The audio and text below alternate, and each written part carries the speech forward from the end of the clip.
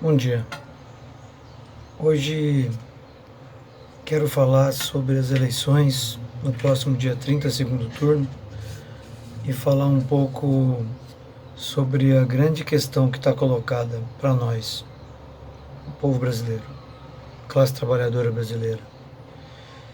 Lula ou Bolsonaro? Qual a diferença no dia 30 entre eleger Lula e eleger Bolsonaro? A diferença ela é de norte, é o rumo, é o futuro. O que significa as perspectivas elegendo Lula e as perspectivas elegendo Bolsonaro. É sobre isso que eu quero falar nesse vídeo. Sou William Mendes.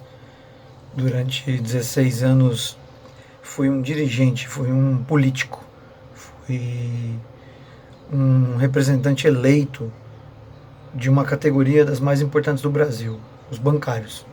Eu representei 500.000 de trabalhadores. Mais corporativamente, 200 mil pessoas, 100 mil da ativa e 100 mil aposentados do Banco do Brasil.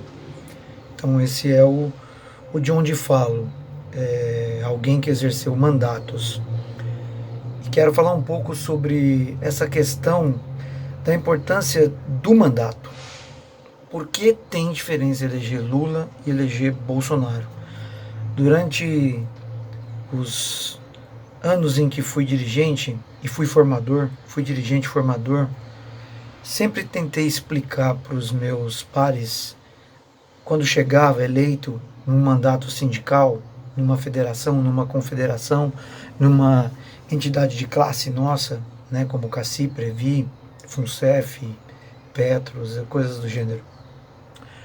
Qual a diferença de ter mandato? Qual a diferença da militância e do dirigente eleito? E todos têm o seu papel e a sua relevância. Mas para falar um pouco da diferença entre eleger Lula e Bolsonaro, a gente tem que entender qual a diferença dos papéis da militância e do dirigente que tem mandato. O dirigente dá um norte, ele dá o rumo, ele diz qual vai ser a pauta. Vejam o mandato do Bolsonaro. Ele que definiu a pauta nos últimos 4 anos. A pauta de todos nós, centro, a esquerda, a direita, a imprensa, é um papel de quem tem mandato. É muito importante isso. Eu posso falar, por exemplo, de quando eu tive mandato. Qual o papel de quem dirige, de líder, na hora de uma negociação coletiva? É tão importante quem tem mandato, e por isso a diferença entre eleger Lula e eleger Bolsonaro, né? Entre eleger parlamentar, entre eleger um representante seu na CACI, na Previ, falando na nossa comunidade Banco do Brasil, porque a pessoa que tem um mandato, ela tem um poder de reverberar, ela constrói a agenda, a pauta. Eu fiz isso durante 4 anos na CACI, nossa caixa de assistência, que cuida aí de 600 mil vidas. Então isso é uma coisa que eu quero falar um pouco. A diferença do mandato. E como funciona isso? Eu preciso pegar o meu exemplo e depois posso falar o do Lula. Eleger Lula significa uma obsessão. O cerne do rumo, do norte aonde esse cidadão vai exercer seu mandato, todas as conciliações que ele vai fazer com os adversários, com as oposições, com aqueles que não gostam e que não o veem como representante, as classes, né, as elites, ele tem um objetivo, um norte que ele vai focar. Recuperar a capacidade das pessoas poderem comer, ou seja, combater a fome. Esse vai ser um objetivo dele, foi em 2003, quando ele foi eleito. Ele perseguiu isso. Ele dormia, acordava e fazia o seu mandato pensando em como fazer as pessoas comerem. E isso é muito importante no mandato. O meu mandato na CACI. A CACI é uma caixa de assistência da comunidade dos funcionários do Banco do Brasil, um banco criado em 1808, com 114 anos, 214 anos, né? 2 séculos e pouco, e nós criamos caixas, instituições, associações com objetivo de direitos, né? Então, uma caixa de previdência que tem 118 anos, a nossa Previ, no qual uma quantidade de 200 mil pessoas vivem, tem a sua remuneração para pagar as contas, para viver, para viajar, ou a expectativa de, quando terminar sua vida laboral, exercer o benefício, receber o benefício. Ela protege, ela tem uma importância de fazer 200 mil pessoas, que dá aí 1 milhão de pessoas no seu entorno, nas famílias, né, terem um complemento de aposentadoria, contando-se com a ordem como são as coisas no Brasil. Nós temos uma previdência pública que ela tem muita dificuldade de sustentar as pessoas que dela dependem hoje. Dezenas de milhões de pessoas que recebem um salário mínimo de R$ 1.200, ou um pouco mais, R$ 2.000, R$ 3.000. Então nós do BB criamos a Previ, criamos a CACI. A CACI, também criada em 1944, tem aí praticamente 80 anos. E a gente criou a Caixa de Assistência à Saúde para justamente também ter um lugar aonde recorrer, um fundo aonde recorrer para cuidar da saúde da gente e dos nossos familiares, os dependentes e os familiares. Então, olhem como funcionam as coisas. Quando eu e a equipe que chegou eleita comigo numa chapa em 2014, chegamos eleitos nessa caixa de assistência, uma autogestão diferente de planos de mercado que ganham a indústria do mercado, que combate o SUS, quer privatizar o SUS, que quer ganhar dinheiro o mais rápido possível quando a pessoa estudou e se formou, ou quando a pessoa construiu uma clínica, ou quando a pessoa construiu um hospital. Nós estamos falando do capital, a indústria da saúde, que não é da saúde, ela não vende saúde, ela vende procedimentos para dizer que recupera a saúde das pessoas. Ela não trabalha com atenção primária, com prevenção, com cuidar das pessoas para não adoecer.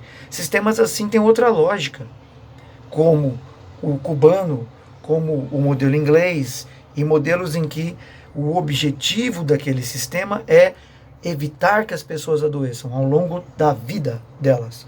O sistema capitalista como o norte-americano de saúde, e o Brasil se espelha muito nesse, o privado, que tenta combater e não ter o SUS, como esses caras que estão aí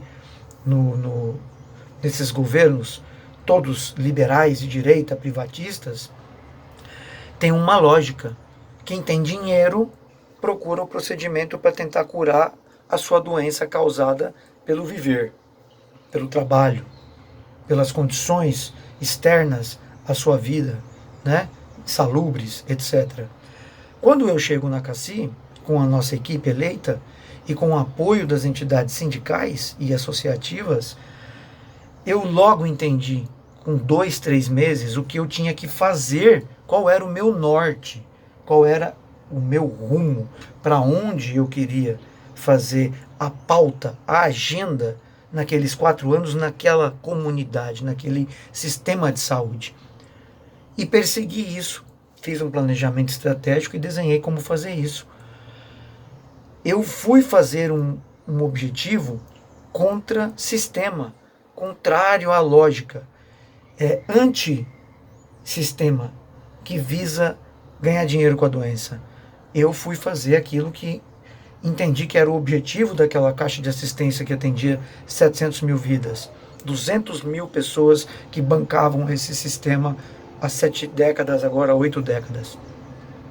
E para isso, eu botei toda a minha energia centralizada nisso, definindo estratégias, táticas e sabendo que o inimigo é o mercado, é o sistema de saúde, que não quer autogestões, que visam saúde de todos, preventiva, solidária.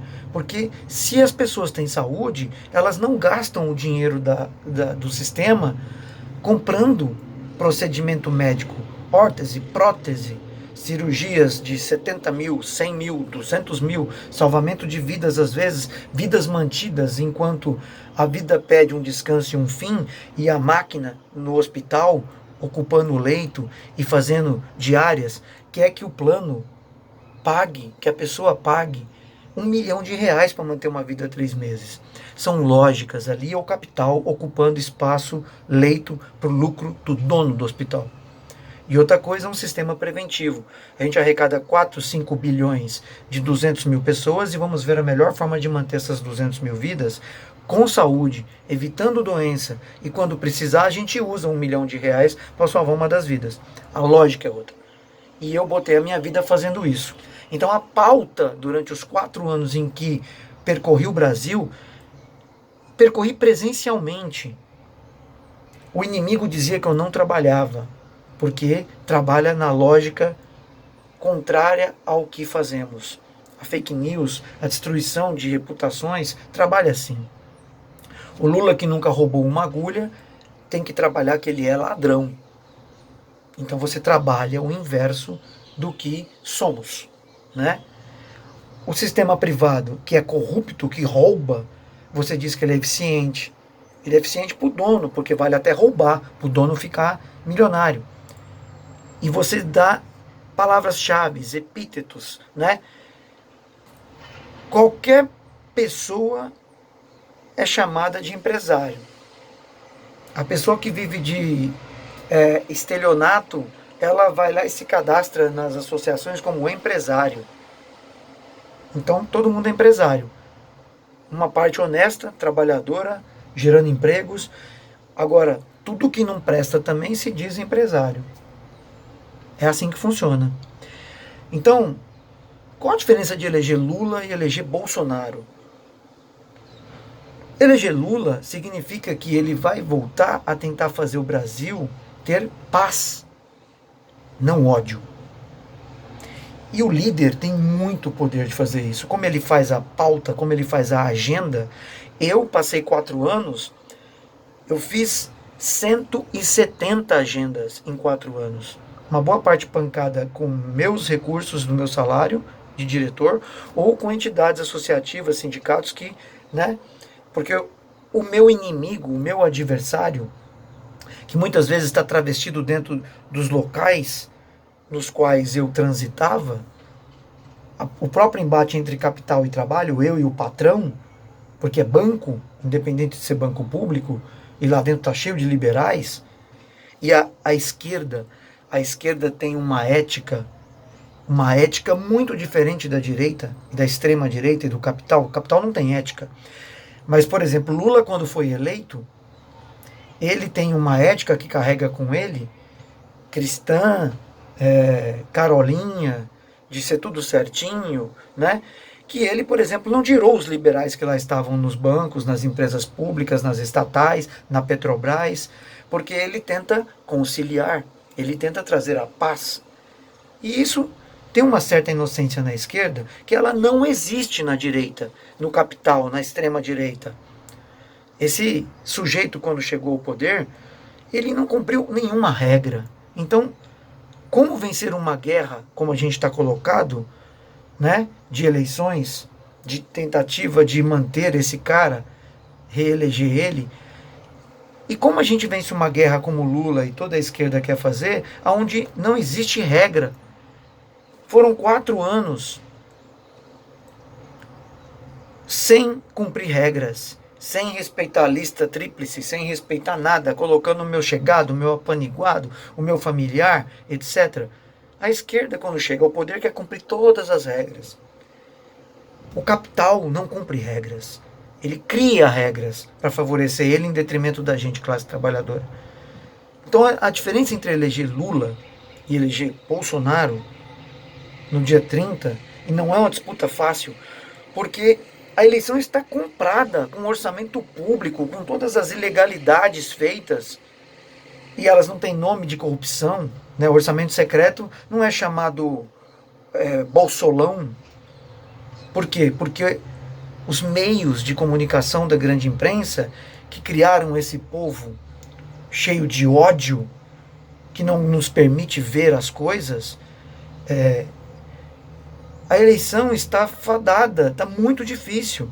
A gente tem que chamar essa comunidade, por exemplo, na qual eu pertenço, né, da classe trabalhadora. Classe trabalhadora, eleger Lula significa voltar a ter um norte de buscar contrato coletivo de trabalho, direitos no final do mês, acolher essa multidão de pessoas trabalhando para os aplicativos sem direito a nada. Se for atropelado, se morrer, se passar frio, não come, a família vai para a rua. Significa ter direitos, direitos conquistados. Foi o que nós fizemos com o Lula no governo ao longo de 14 anos, com desemprego na casa dos 5, 6%, o formal.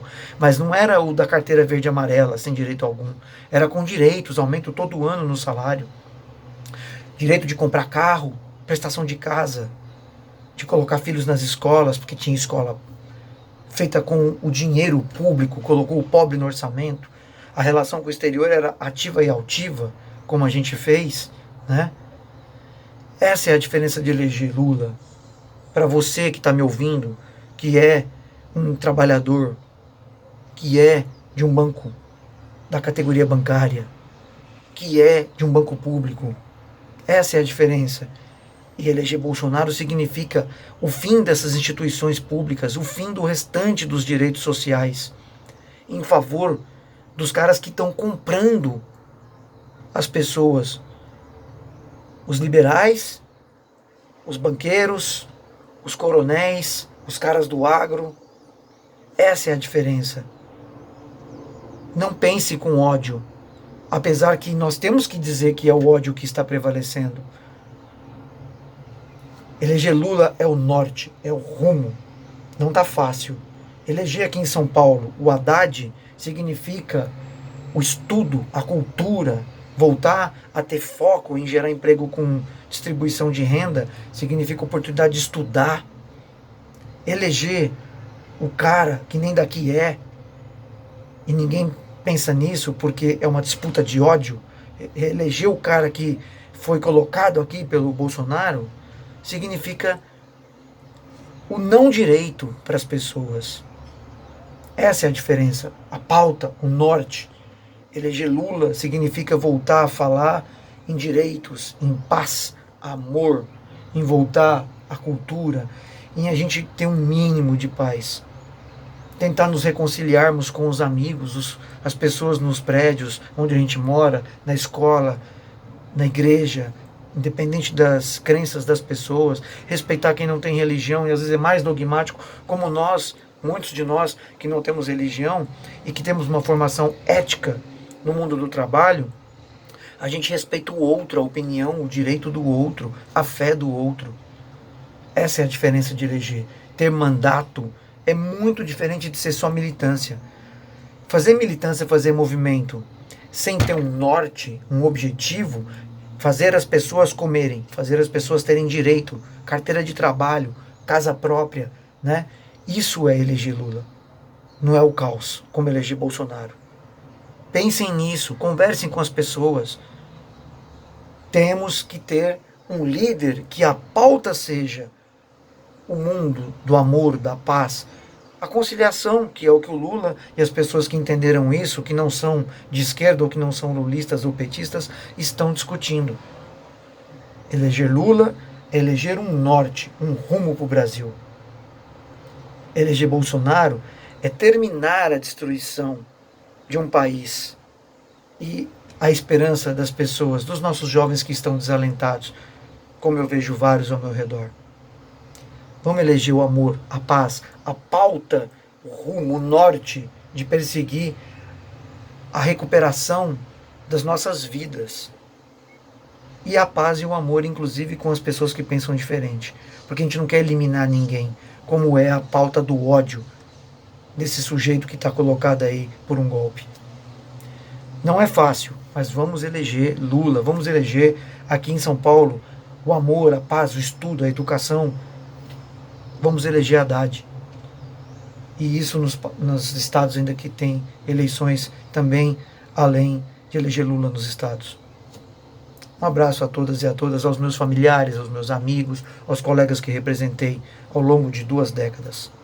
Vamos eleger a paz, a oportunidade. Lula e Haddad aqui em São Paulo.